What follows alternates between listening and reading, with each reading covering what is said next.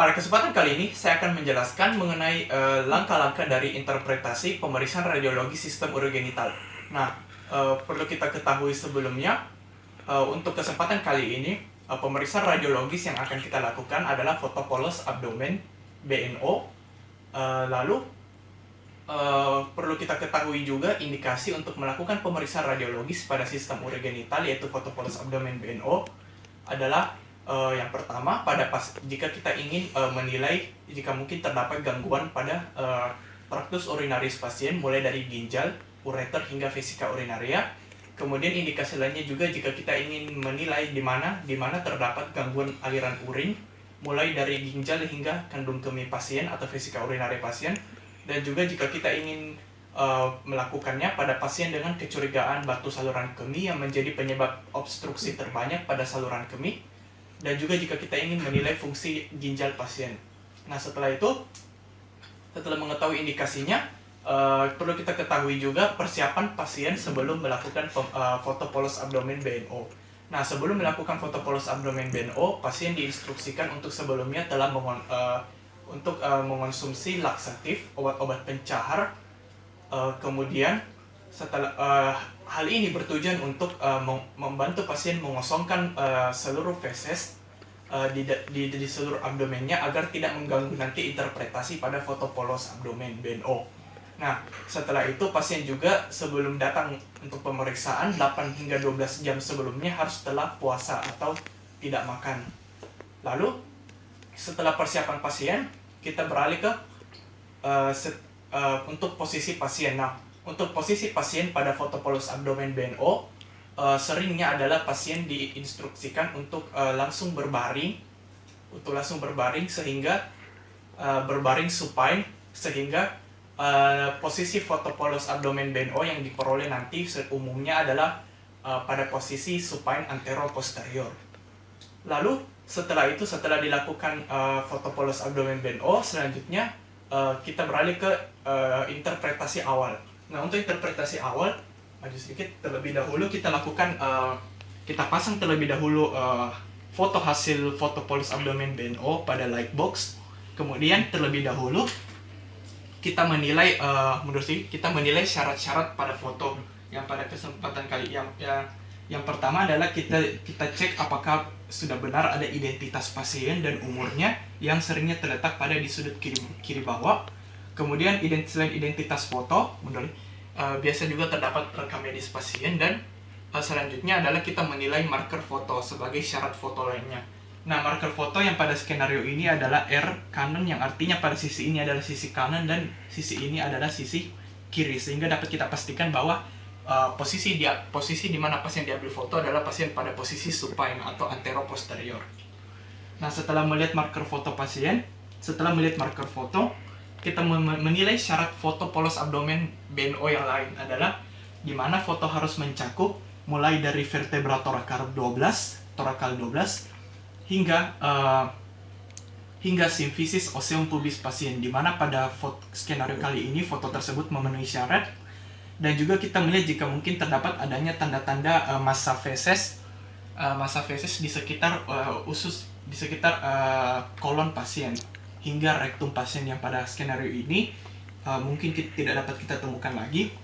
Lalu setelah menilai syarat-syarat foto tersebut, selanjutnya kita lakukan interpretasi yang selanjutnya.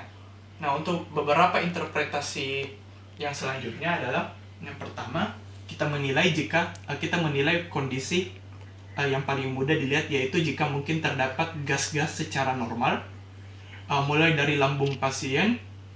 Nah, secara normal juga terdapat pada sepanjang kolon pasien dan juga di usus halus pasien.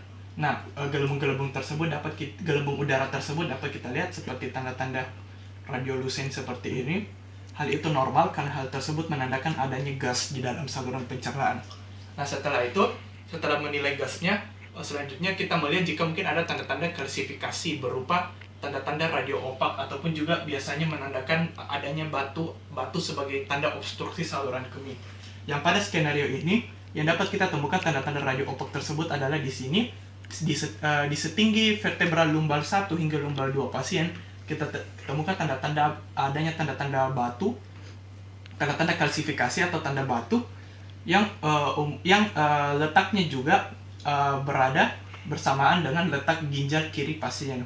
Sedangkan pada ginjal kanan pasien kita lihat berada pada batas normal. Ini adalah kontur ginjalnya, dan juga di sekitarnya dapat kita lihat ada di sini massa yang intermediate, yaitu soft tissue-nya, yang pada ini adalah soft tissue-nya adalah hepar pasien.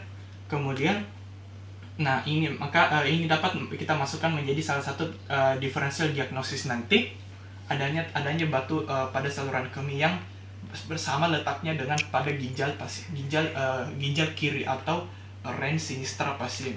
Nah, setelah melihat tanda-tanda klasifikasi, selanjutnya kita menilai juga loop bowel atau lingkaran usus pasien, mulai dari usus halus pasien hingga sepanjang kolon, mulai kolon ascendens, kolon transversal, kolon transversus, kemudian kolon descendens pasien hingga kolon sigmoidnya, dan juga dapat kita lihat adanya lipatan sigmorektal yang normal, yang normalnya berbentuk seperti S. Nah, kita lihat bahwa loop bowel pasien berada pada batas normal, tidak terdapat dilatasi yang patologis karena untuk diameter dari loop bowel yang normal adalah di bawah dari 2,5 cm. Yang pada kasus ini kita lihat diameter dari loop bowel pasien tersebut normal karena masih berada sekira-kira lebih kecil dari 2,5 cm. Selanjutnya kita menilai juga hingga kolon hingga lipatan sigmorektal. Nah, setelah itu, setelah menilai loop usus pasien, selanjutnya kita perhatikan pada garis psoas dextra dan sinistra. Nah, maksud dari garis psoas dextra dan sinistra ini adalah garis yang terbentuk dari otot-otot psoas kiri dan psoas kanan pasien. Yang dapat kita lihat, ini adalah garis psoas yang berada pada batas normal. Ini adalah garis psoas kanan, dan ini adalah garis psoas kiri. Nah, selain garis psoas, kita lihat juga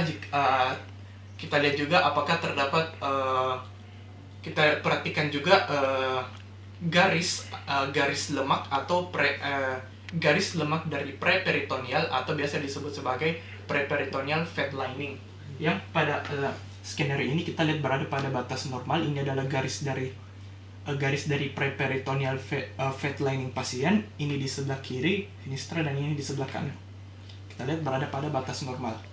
Kemudian yang terakhir kita melihat juga apakah integrasi dari tulang-tulang di pelvis pasien dan tulang vertebra pasien masih intak dan berada pada batas normal. Yang dapat kita lihat pada skenario ini adalah line dari vertebra pasien. Kemudian ini adalah coxe pasien yang meliputi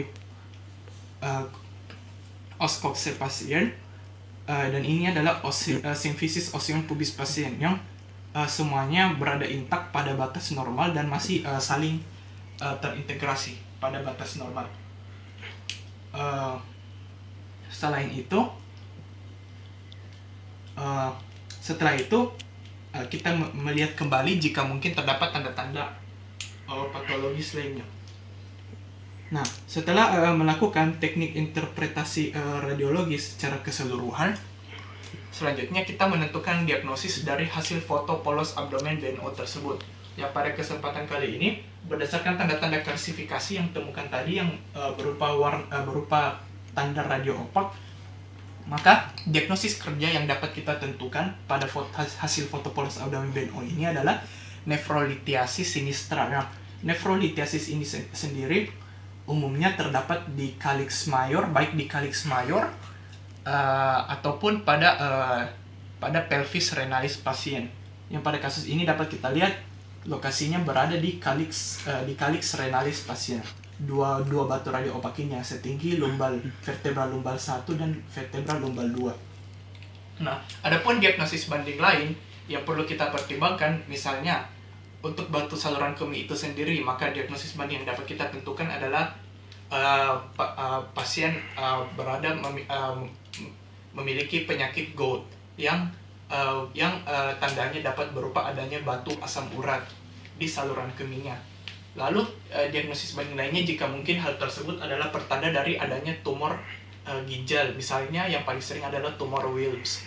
Dan juga jika mungkin bukan hanya adanya batu saluran kemih, namun hal itu juga dapat disertai oleh adanya pyelonefritis atau peradangan pada ginjal akibat infeksi, yang pada beberapa kasus juga sering disertai dengan adanya batu ginjal.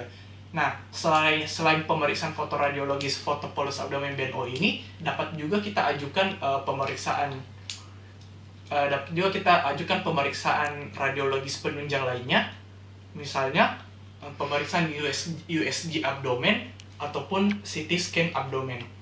Nah, setelah itu maka dapat kita menegakkan diagnosis pada pasien secara menyeluruh dan secara akurat. Nah, sekian untuk dari teknik-teknik interpretasi radiologis pada sistem urogenital yang pada kesempatan ini adalah fotopolus abdomen BNO. Sekian dan terima kasih.